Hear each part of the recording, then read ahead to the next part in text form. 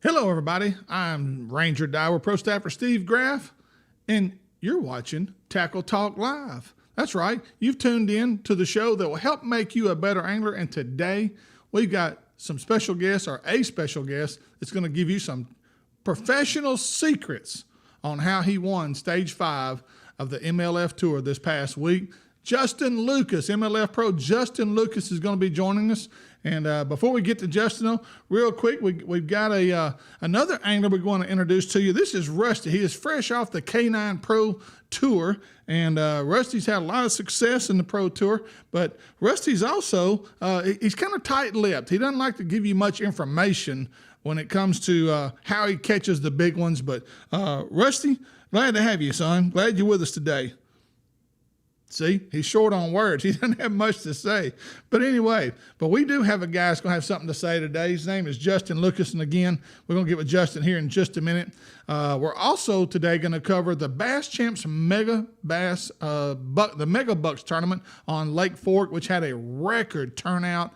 And Chad Potts and his guys, once again, knocked it out of the ballpark over at Lake Fork, Texas, which is nothing unusual, but we're going to talk about the record numbers they had. And also today, I was just informed by our board op, James. James let me know today is our 6-month anniversary.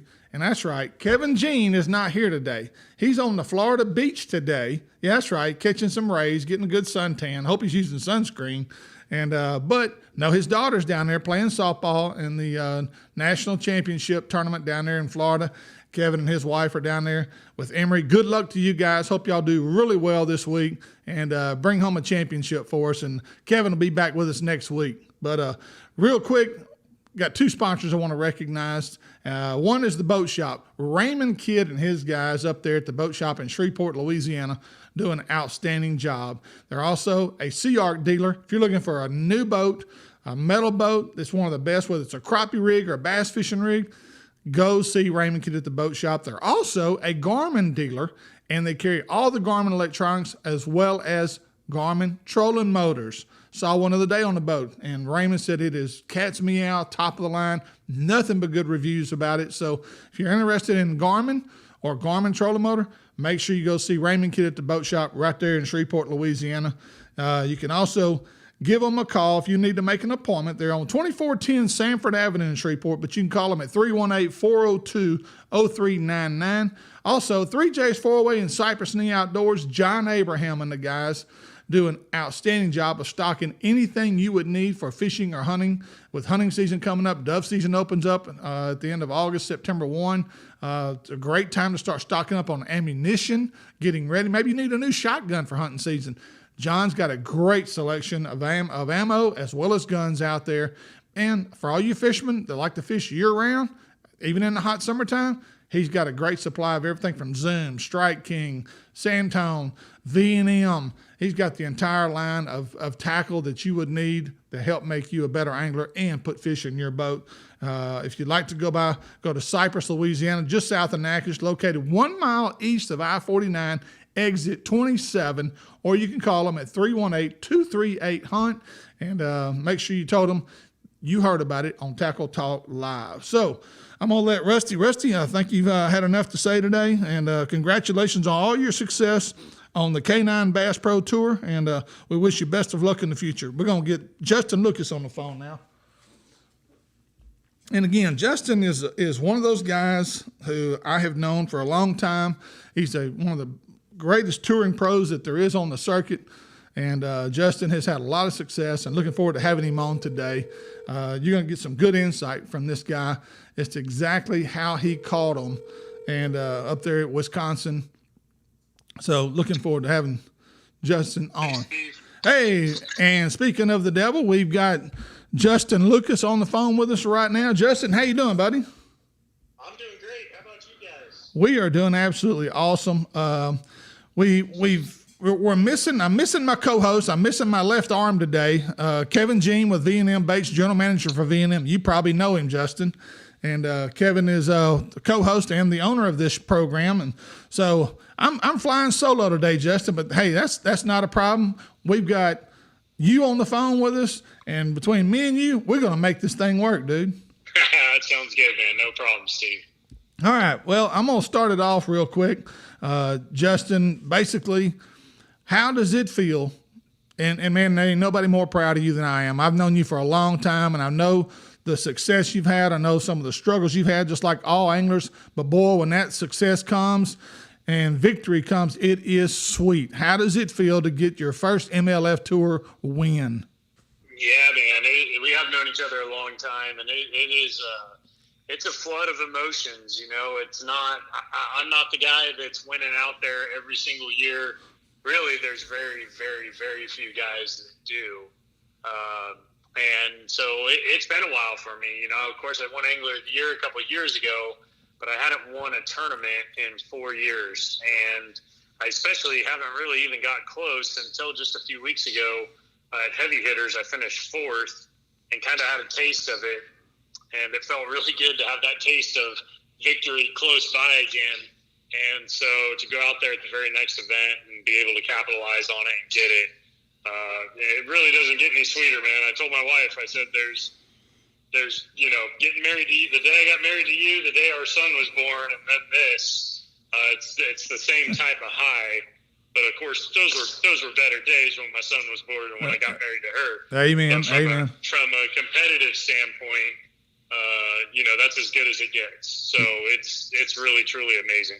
Well, also too, you know, fishing against the best and literally the best anglers on the planet, that's got to be just for your, I wouldn't say your ego, but for your confidence. That has really got to mean a lot to you. And also, what does it mean for your career to get a win like this?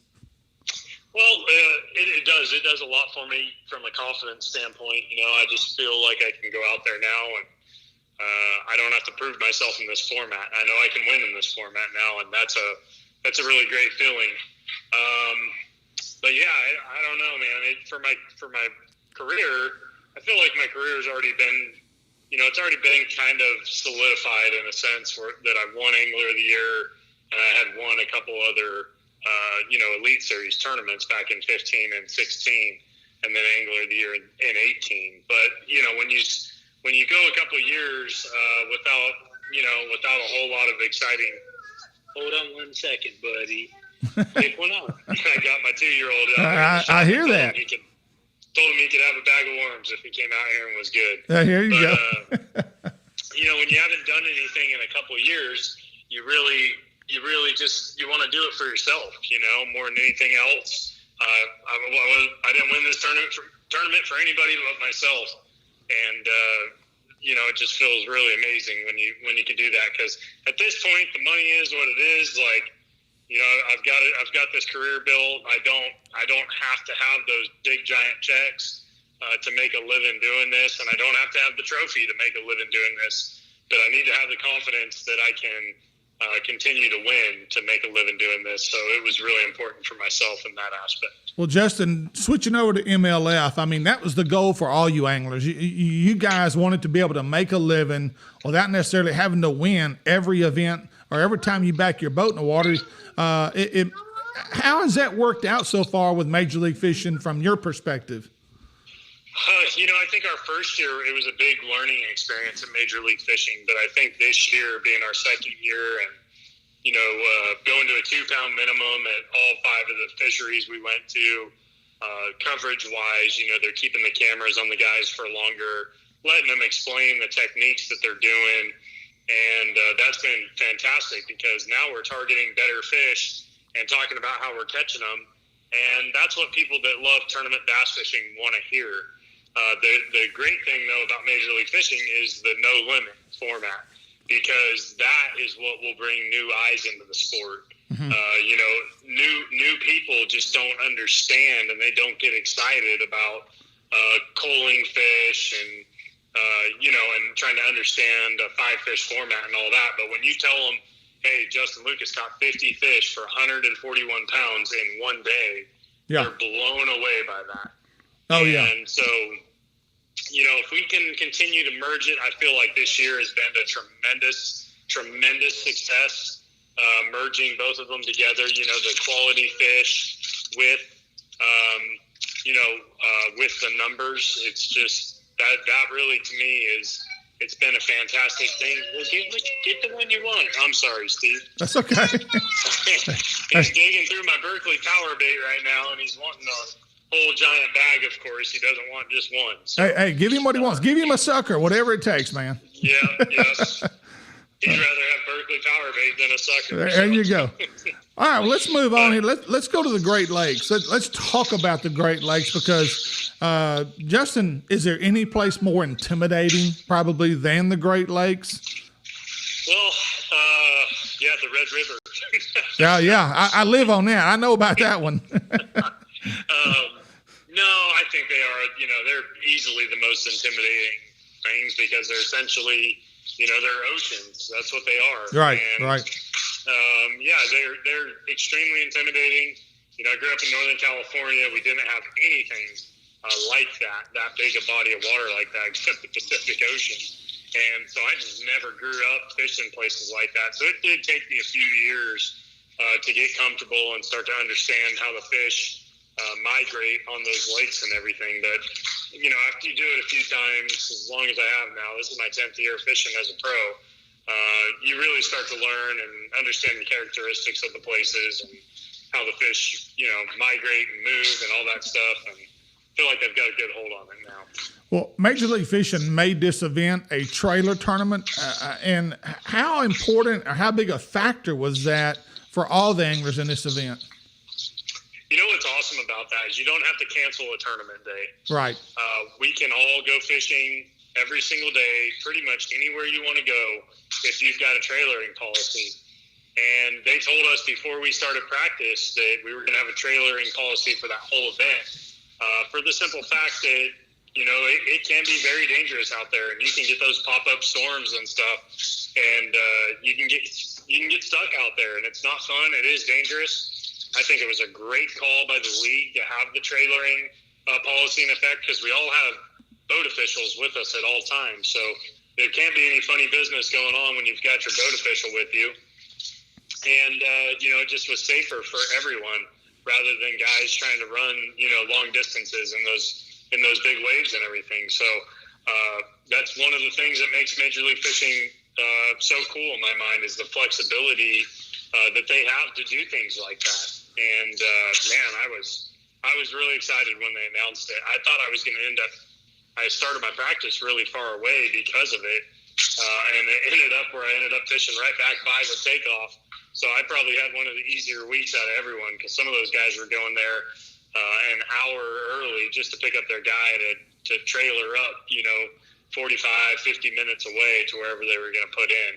And I just kind of took my time, got down there later than everyone else each morning, and drove about 7 minutes to a ramp that I only ever had to run about 2 miles. I never ran further than 2 miles in the whole event.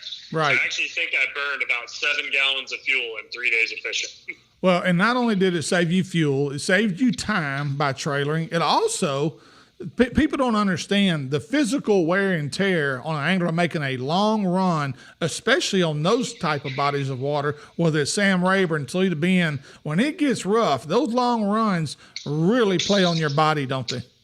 Well, that and your boat, Yeah, it's better all the way around. I heard the guys at the service yard talking about how this is the first time they've ever been on the Great Lake, and they weren't sitting there just fixing stuff constantly. Right. And that was so not only your body, not only the boat, it's just a mixture of all that stuff. It really is way better for everything.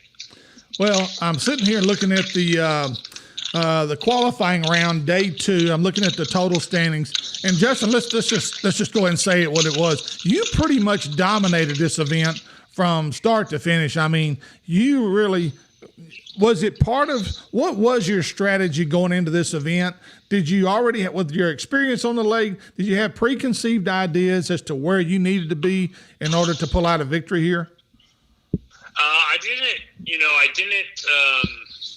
I'd only been there one other time, and it was just a different time of year. It was a different time of year, so the fishing was totally different. But I was very confident that since it was post-spawn smallmouth, and I knew a drop shot was going to be a player, that being able to have Berkeley max scent out there was going to play into my advantage, and then I was able to use my electronics since we were off the bank, and just to make sure of those two things. I knew I needed a drop shot, and I knew I needed to utilize my electronics, and I had a lot of confidence going there because of those two things. Well, and just to give people an idea of kind of what was day one, Justin had 141.09. And with second place behind him was 119.04, which was Scott Suggs. On day two, Justin had 63.13. Scott had 41.03. So again, and then of course on the final championship round, Justin pretty much again blew it out the water with 110.05 pounds of fish. Mark Daniels Jr. finished second with 102.7. And so again, an event that was pretty much just start to finish dominated by Justin. And I know, Justin, that was this more about a specific technique for you, this event, or was it more about location? I think it was a mixture of both. I never threw anything but a drop shot with a Berkeley Max Scent on there. And I also I think I was in the area of the lake that had the biggest population of fish. The amount of numbers I was catching, was the quality in numbers was higher than everyone else. And, it just showed in my weights, like you said. I think I ended up having 4 records. I had the biggest ever in a period, the biggest ever in a day, the biggest for 2 days, and the biggest on championship day. So it's pretty crazy to think, that I came away with 4 records. And all I was trying to do going up there originally, my plan was just to make a top 25 so I could make our Red Crest Tour Championship and also make heavy hitters next year. And it's like, man, I got every job done that I possibly could and won the event. So it really just it was amazing, and everything just worked out with the area and the bait and everything I was doing. It was all perfect, and it was the best case scenario. I saw the reviews on the top 10 baits for this event, Justin, and what really surprised me was every single one of the top 10 was a worm. I mean, this was a worm fishing event. Crankbait, spinnerbaits, basically, I guess, didn't come into play in this event. But what was it about the worm? Why was this event such a worm event? Is it time of year? Yeah, I think it was, water clarity, time of year, just the post-spawn fish. It's so hard to beat plastics for smallmouth unless it really is, unless it's pre-spawn or maybe, getting into the fall.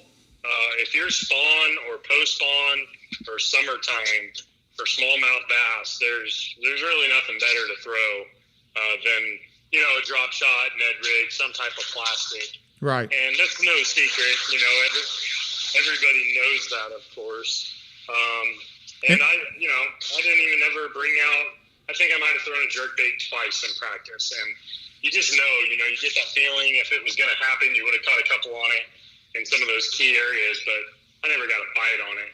And it was just early on, I knew I needed to keep a drop shot in my hands and keep the plastic. And I think most of the guys that made the top 10 probably felt the same way. Right. Now, did this event, was it obviously dominated by smallmouth, or did you catch quite a few largemouth? It was all smallmouth. Yeah. 0 largemouth. Really? Yeah, all smallmouth. I don't even know that there was a largemouth wave, to be honest with you. Oh, really? Okay. Well, that's interesting. All right. Yeah. All right. Well, you brought it up earlier. Now I want to go back to it a little bit. I want you to explain for our viewers and listeners, because there's a lot of aspects about Major League Fishing people are still learning about the format, the stages, what they mean, the series in general, the Bass Pro Tour. What is Heavy Hitters? Explain what Heavy Hitters is all about. Yeah, so Heavy Hitters moving forward, of course, this year, and the most overused term on earth right now is due to COVID. But due to COVID, everybody was able to fish Heavy Hitters this year. But what it's intended for and what it'll be next year is guys will qualify for Heavy Hitters based off of their big fish from each event. Mm-hmm. And over the course of a season, the top 40 guys with the biggest fish from each event, they'll qualify for Heavy Hitters for the next year. Oh, okay. Of course, we have 80 guys, so there's a lot of incentive to catch a big fish in each event. And then also your regular points for the Red Crest Tour Championship. Your top 40 out of 80 guys will make that. So yeah, we've got our Bass Pro Tour regular season. We're going to have the Red Crest Championship and also the Heavy Hitters Championship, which I thought was a really cool event. Jordan Lee won that about a month ago. Yeah, And, I watched it. It was a really cool event because they upped the weight, minimum weight, the final day. So you had to catch a 3-pounder or bigger, and guys are catching 2, 2.5, 2 3/4. Heck, I got a 215, and it didn't even count. So we're really raising the bar in that event for quality fish, and right. The size you got to be catching is ridiculous. Now, Justin, kind of moving forward into next year, it's year 3 for MLF Tour. I know the initial contract that you guys signed and committed to was a 3-year contract for the first 80 guys. Now, correct me if I'm wrong, unless this has changed or been extended with COVID-19, maybe had an effect on this, or is next year the year when they start to cut the field and bring in new anglers? Is at the end of the season, I think the bottom, 10 or 12 move on, and they bring in 10 or 12 new guys. Is that still in effect or what? Yeah, as far as I know, at the end of next year, there's going to be cuts, and that was the whole point of Major League Fishing purchasing FLW is, everybody looked at it like, oh, there's just 80 guys on this tour. There's no way to make it, and that must be special. They're special guys, blah, blah, blah. There's no feeder system. No, it was kind of – it was. So, in my opinion, I'm like, hey, this isn't legit until we get a feeder system. And now the FLW Tour is that feeder system. Right. So there will be guys that are going to be replaced at the end of next year, no doubt about it. There's going to be guys that are cut, and they're going to be replaced with FLW Tour guys. And that's just, that's the way it needs to be. I don't know if that number I think it was 10. It might change, if we lose a guy or 2 guys. It might change, a little bit. I don't know, based on how many guys we lose or not. But I think everybody's really, really happy. There's a lot of, not even a lot. There's a little bit of some haters out there. But you can't argue the fact that we've had 5 events this year, and they've all been awesome. They've been awesome to keep up with, awesome to watch, right. Catching big fish. And you just can't argue with that. I tell everybody we're batting 1,000% right now, as far as coverage and the way the events have gone. So I'm sure our schedule next year is going to be good too, and we're just going to continue doing it, man. I want to see that minimum weight stay at 2 pounds and see them continue to cover the events like they are, because, I know we're selling a lot. I know you can't get a max set flatworm just about anywhere in the country right now. Right. And that's exactly what we want, and that's what we need. That's what our sponsors need. But we want to show people that, hey, I'm using this bait. They are a sponsor of mine, but I'm using them, and I'm winning this tournament on that bait. And that's what really generates sales, because, heck, let's face it, when I get cut and I watch a guy beat me and he's using something, I'm very curious about what he's using to catch those bigger fish. Exactly. Well, not just you, but every MLF pro we've had on this year, and also having Marty Stone on a few weeks ago, the thing that each one of them talked about, the 2-pound minimum really changed a lot of things, and it changed the interest on Major League Fishing. People really didn't care to watch you guys catch 1-pounders. But when you put that 2-pound minimum on there, that seemed to perk up, especially the younger generation of audience that I know you're trying to appeal to. Yeah, well, we're trying to appeal to everyone. We want everybody to enjoy it and enjoy the coverage. And I think my brother is a golfer. He golfs on the Corn Ferry Tour, which is that's a step below the PGA Tour, and he explained it to me, really well. And he said, hey, when a PGA Tour goes to a golf course, they go to their furthest back tees, and they say, okay, we know you guys like to play from these tees, but our guys are pretty good, and we're going to move them back another 30 yards. Mm-hmm. And the public looks at that, and they're just impressed by it. And I think what we did with the 2-pound minimum is I think we kind of did somewhat of the same thing, where people sat back, and when we're letting go a 115 or a 114 or a 113 and it doesn't help us, and we don't even have a limit yet sometimes, don't even have 5 fish. Right, I think people sit back and they go, man, I would be putting that fish in my live well right now if I was in a tournament, Right. So where it wasn't relatable before, I think people can relate to that even if they haven't played in our format, they see a guy let go a 115 and a 114, and he really needs that fish to be 2 pounds. And, the average person in an average tournament, you're going to put that in your live well and you're going to call it out later on. Exactly.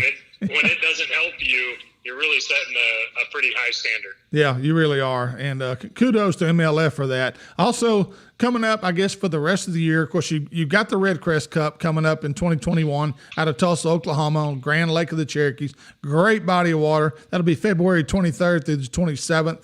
What's next for the rest of this 2020 season? Anything coming up for you guys? Yeah, so we have a couple of those FLW super tournaments left for the year. Right. And those are going to be right now at Mississippi River and St. Clair up in Michigan.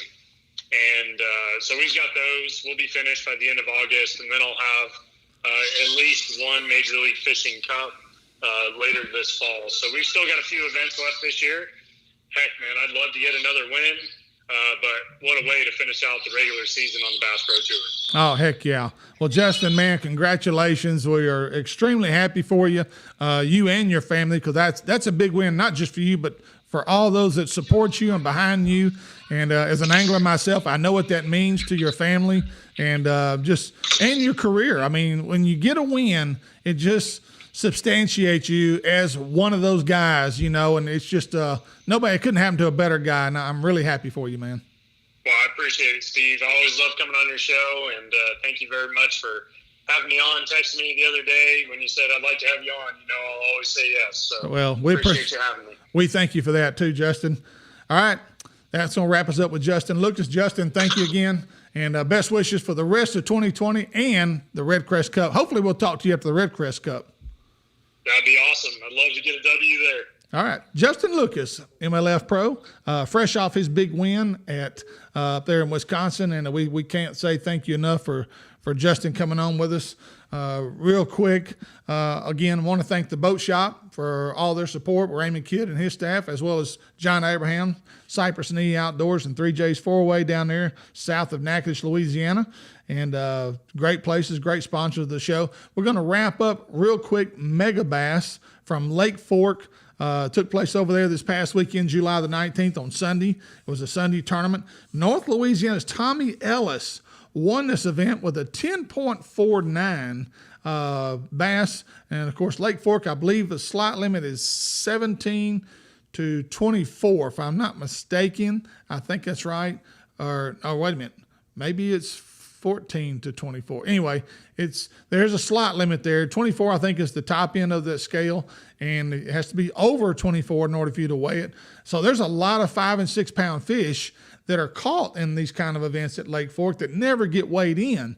Even caught a 7-pounder one time that was 23.5 inches long. So it's one of those events. When you get that big fish, you hope it goes over that 24-inch line, and evidently Tommy Ellis had one of those with a 10.49. There was a record 1,800 competitors.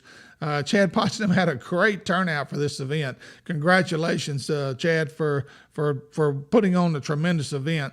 And we're going to have Tommy Ellis on with us next week on Tackle Talk Live. So make sure you tune in for that, probably about 12:05 at noon next Monday.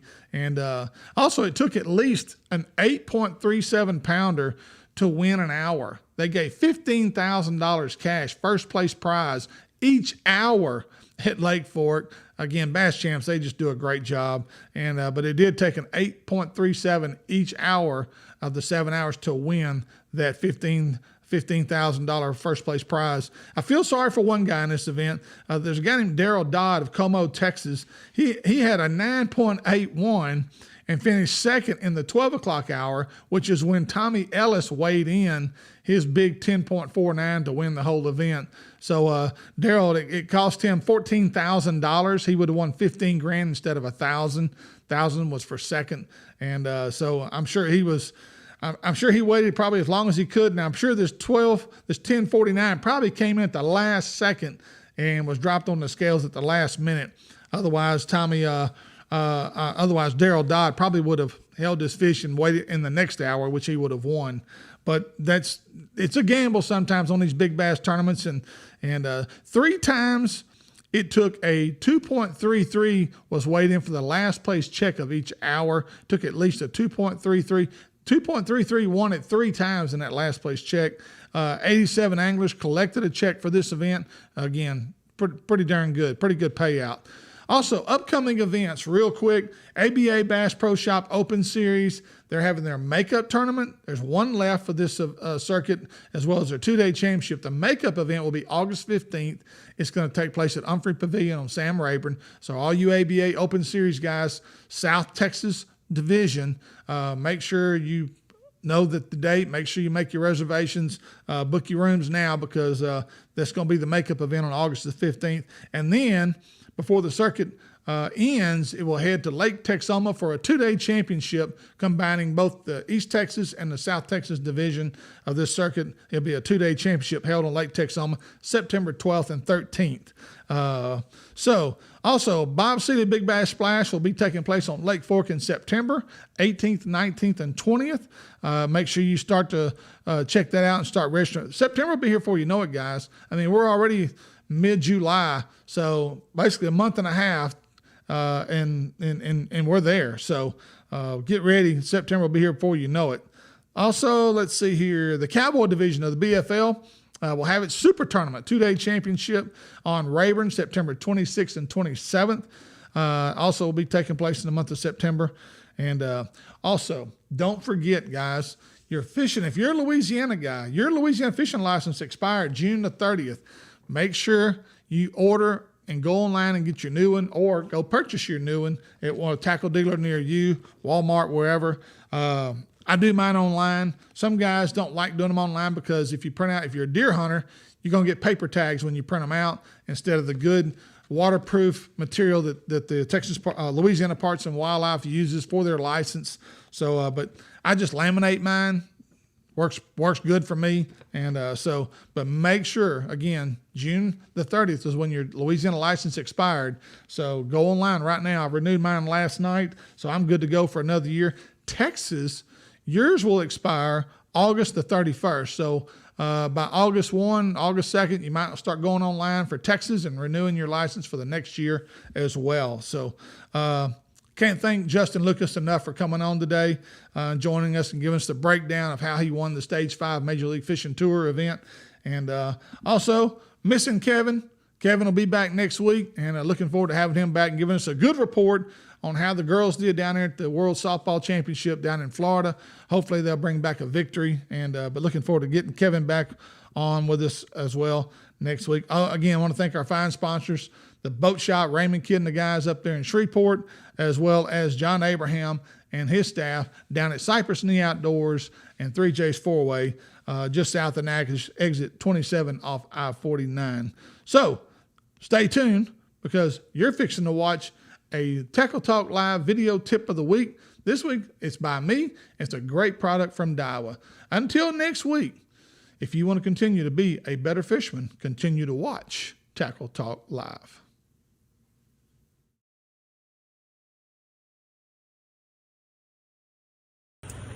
Here's this week's Tackle Talk Live tip of the week. I'm Ranger Daiwa Pro Staffer Steve Graff, and I'm going to introduce you today to a storage system that Daiwa has come out with. They come out with these new bags, these poly bags that are just really great. Soft-sided, good zippers on them.